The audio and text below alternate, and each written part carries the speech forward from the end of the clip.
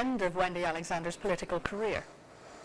Yes, so this is the second time she's resigned, actually. She was a minister in the early years of this decade. In 2001, she resigned then after some heated exchanges with some of her civil servants and complaints from a number of the people working around her that she was a difficult and explosive character.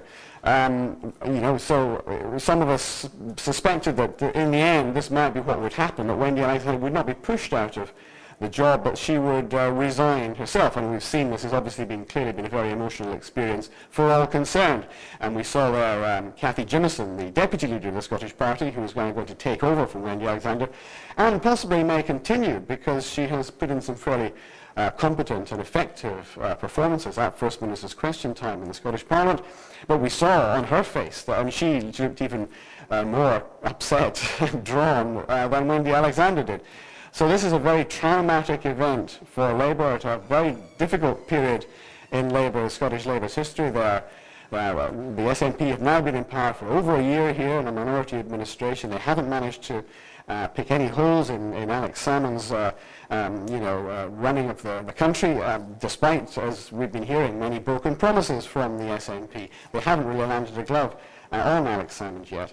And it is a very difficult situation to see how they're going to resolve it. And given the way she conducted her leadership and the way she tried to move the party in a different direction, did that indicate some sort of split or perhaps even just a little branch away from Westminster?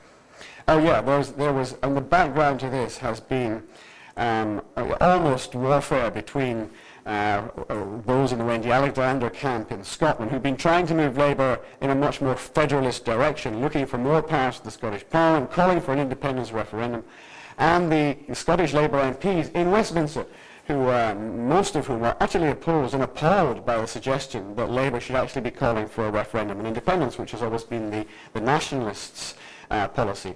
So there has been a real breakdown of relations here.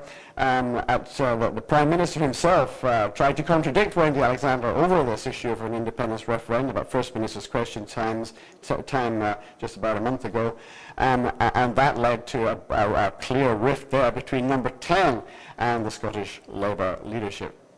So this is there are multiple divisions here within the Scottish Labour fraternity. And also Labour is in a very difficult situation financially, as it is in the entire UK.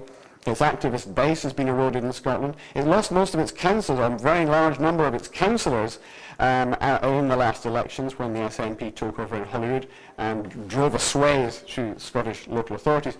So the Scottish Labour Party is really in a very delicate and traumatised situation just now, and the relations with Westminster have been extremely bad. So it's going to be very difficult to envisage somebody taking on from where Wendy Alexander has left off. I think the next leader of the Scottish Labour Party will probably be much more inclined towards, if you like, the Westminster line. And just a final thought, the East Glasgow Labour MP David Marshall is also resigning for health reasons. Is his seat in any danger, would you think?